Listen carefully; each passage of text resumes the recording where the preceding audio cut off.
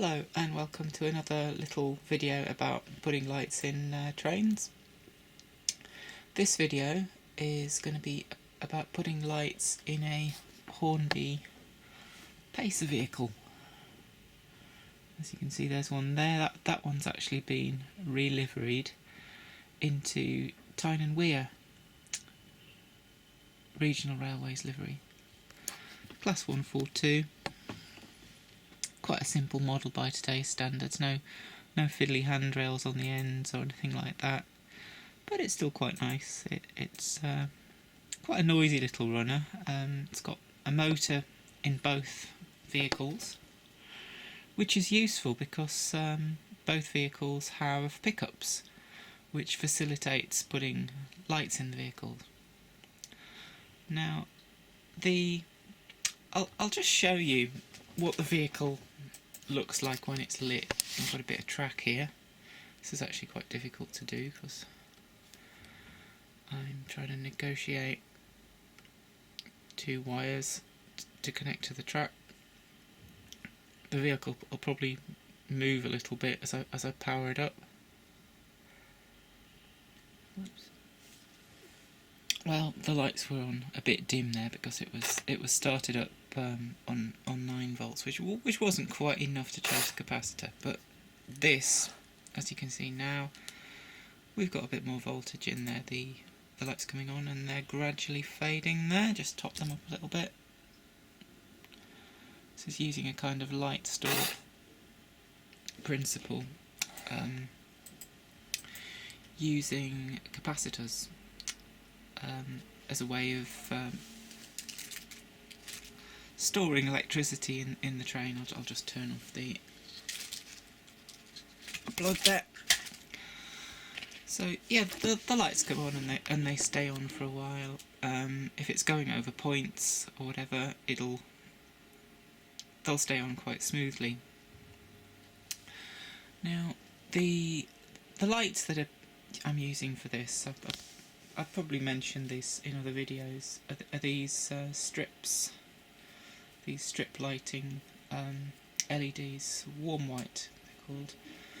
They come on rolls, 5 meters long for $4.59 for 5 meters. I think I paid for this. You've got quite a few lights here. This is a very short strip. It's only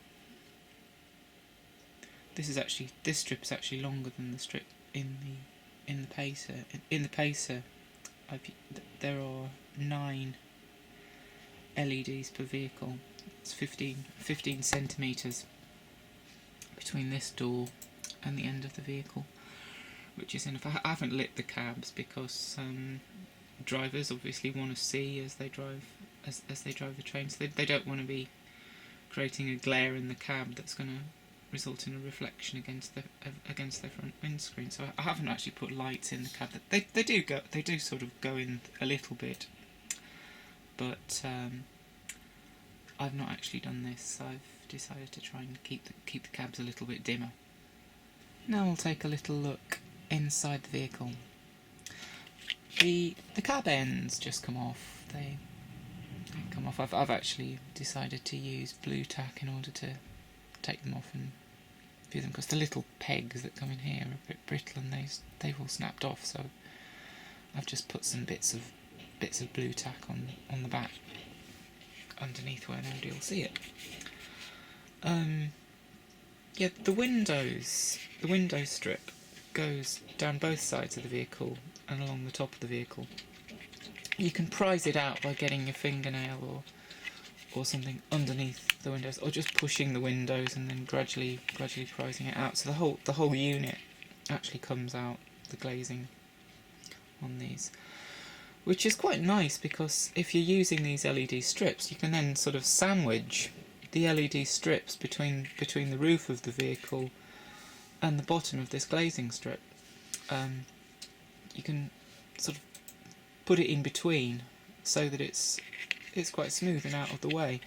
Now I've drilled 2 little holes here so that the wires from my glazing wires from my lighting can pass through the glazing strip to where I'm going to put the capacitor and the other gubbins at the end of the vehicle. Something else you'll notice is that on the end of the LEDs, there's actually a little bit of shrink fit plastic protecting where my soldering is. Where my soldering is, where these little wires have been soldered onto the strip, because they do solder on. You solder onto these little there's these little terminals at the end of the strip. You can see them on the other end that are brass, and you solder onto these. But they are quite delicate, so I put some of this shrink wrap, which I got for I think £2.50 for a whole load of it in different sizes, which came from China. The LED strips come from China as well. This was like £2.50 for all this, which should last me years. Some of it's massive, and I don't know what I'll do with it, but it's quite useful stuff. In addition, there are these really quite handy thin bits of the shrink wrap, which I'll use on my little capacitor rectifier assembly.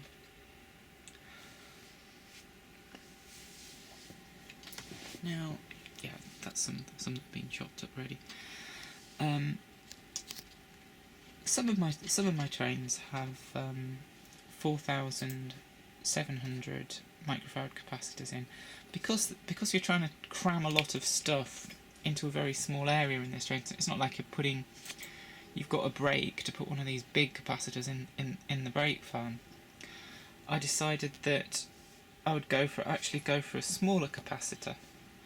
These ones are 3,300 microfarad, and you can do the thing where you twist the wires to make a little assembly here using the capacitor, the rectifier, and a little potentiometer on the top, so you can dim your lights a little bit, so it doesn't look like somebody's got a welding arc inside the carriage.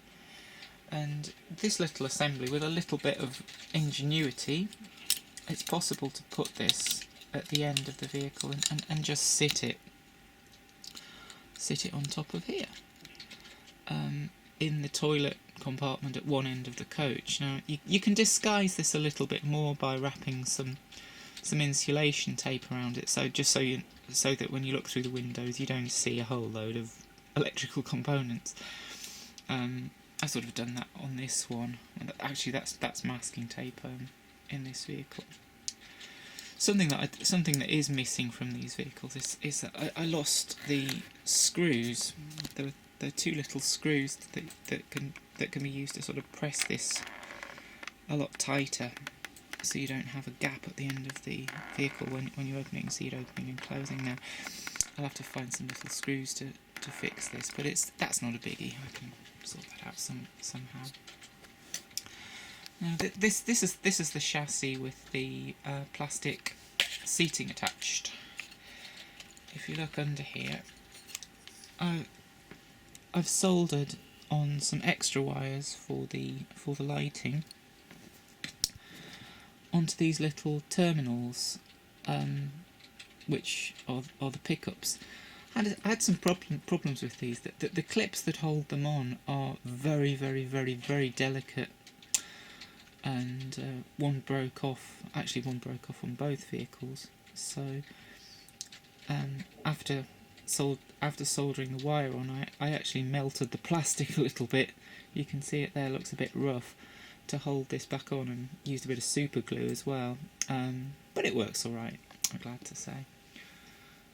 So there's the wire, a few little bits of masking tape just to keep it in the middle of the vehicle so that it's easier to clip everything back together.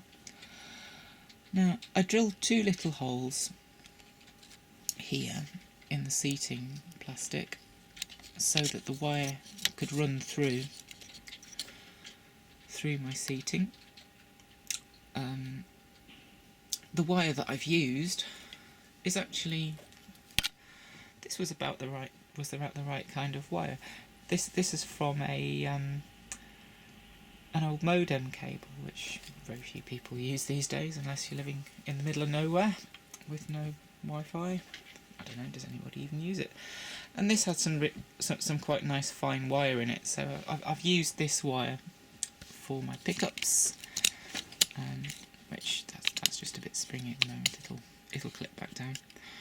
So some of this wire to go through the floor to my little assembly, which I'm going to put there. Just there, it's going to fit on there. And then there'll be another. This will go to the terminals which correspond with the wavy lines on the back of the rectifier. There are some little wavy lines on there. That indicates an AC input. And then onto the DC output, I've connected the capacitor and also a little potentiometer, like a variable resistor, so that the lights can be dimmed a little bit. Now I'm going to solder some of these bits just to make this a bit stronger, and then I'll solder on some wires, and probably put on some of these little bits of plastic that I've cut to the right length to shrink to fit. A little issue that I just thought I'd mention. Obviously I'm not going to do this in this video because I don't actually have this at the moment, is just thought I'd talk a little bit about ways of reducing the amount of light that shines through the roof and walls of the vehicle. This was originally I think possibly a Greater Manchester or a Liverpool, somewhere in northwest liveried unit before it got reliveried into Regional Railways Tyne and Wear livery. So it was mostly made of orange plastic, which lets quite a lot of light through. Of course, painting the roof in the dark grey, which is I believe the same dark grey that's used on as part of the Swallow livery or the executive livery, used on the roofs on these vehicles. This does blot out a lot of the light from getting through the roof of the vehicle. However, because it uses the base plastic is orange, that does let a lot of light through. One way of reducing this is you can buy tape that's sort of made of foil and is self-adhesive, and you can stick this onto the walls of the vehicles below the windows, and just the other side of this plastic glazing strip.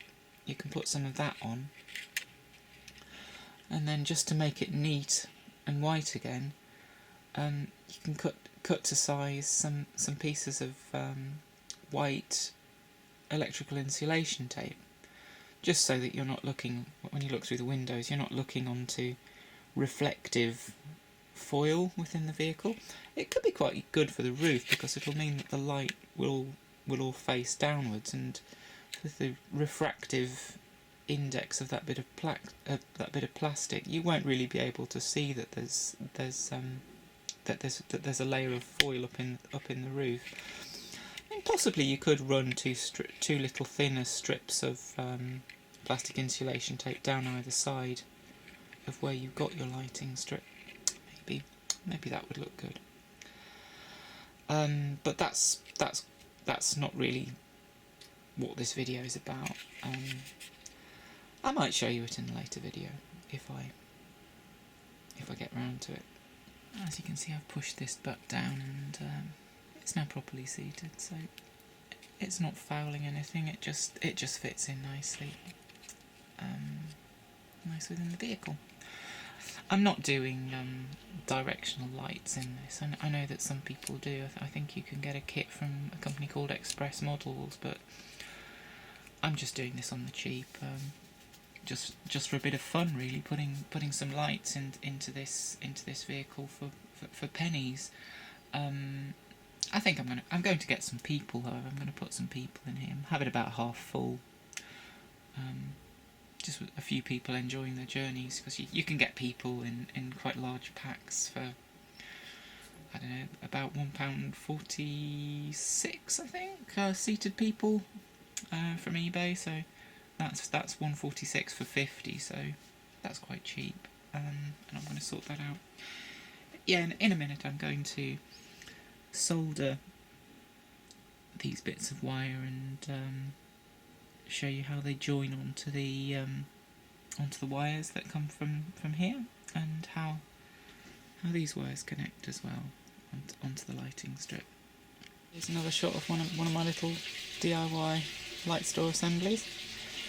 You see that I've now soldered this bit where the potentiometer and where the things are kind of twisted together. I've put a bit of solder on here, so this is all quite nice and rigid now. I've also put a bit of solder on this other terminal here, so that where this twist is, so that this is a good join as well. These two little bits here by the potentiometer, that one, I've put some shrink wrap on those just to tidy them up, so that there's less chance of shorts, and it looks a little bit neater. Although it's just a load of twisted stuff, really. But I think that looks quite good. And so to the next step. These wires, which come out from underneath the seating, need to be attached to the AC inputs. That's these two wires you see in the middle. These two wires coming out of the bridge rectifier. I'm going to put those on. It doesn't really matter which way these are wired, because this is going to the AC input of the rectifier. It'll work both ways. And then the output from the rectifier is this terminal here and this terminal here, which will then go to the lights on the top of the coach. Something you'll see that I've done here is I've put some pieces of shrink wrap around these wires, just loose, so that once I've soldered it, I can push these up, and these will hold the join a bit better, prevent it from accidental damage, and it should be quite robust. You'll see the little DIY light store unit has now been wired onto the chassis. There are two terminals that are still visible. There's this one here and this little one on the potentiometer. These will be used to wire to the lights which fit inside the roof. Now there's something I'm going to do with these is I'm going to feed these little bits of shrink wrap onto these wires, so that I can keep it all tidy like I've done with the wires from the chassis. One thing about this bit of the modelling is it's important to get the positive terminal and the negative terminals connected to the appropriate positive and negative terminals here on the bridge rectifier and on the potentiometer, because we are using light emitting diode lights. These will only come on if the power's going in a certain direction, so it's got to be right. This bit's got to be wired the right way. Otherwise the lights won't come on. But now, once they have been wired correctly, power should get to the lights regardless of which direction it's going in, because we've got the potential, the bridge rectifier. Just a quick shot showing how I've left the shrink wrap on these wires just loose, so that it can be slid into position and shrunk around the soldering. And now the vehicle, the gubbins, have been fully wired. This is a demonstration of what happens when you power it up. Yeah, as you can see, the lights all come on very, very brightly in the coach.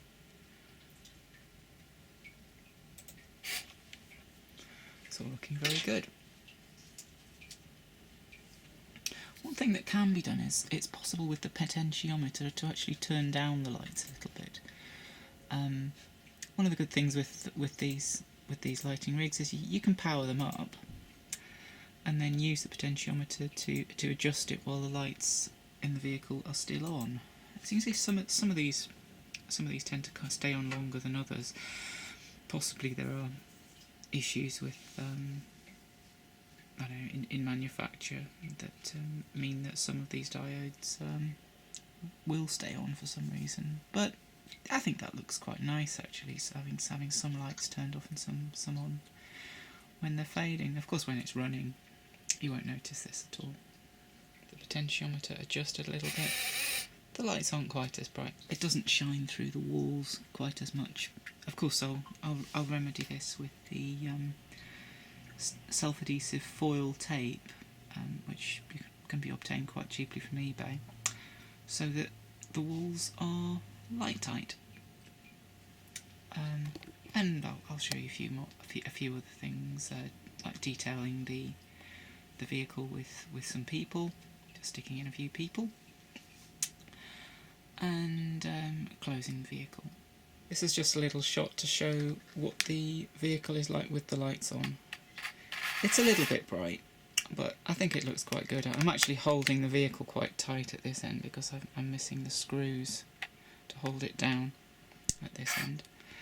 It's a little bit bright, but I think with some of that foil that I mentioned behind these yellow panels, that should look quite good, especially with a few people sat in it, running on a late train from maybe Durham to Newcastle, or even Newcastle up to Chat Hill in Northumberland.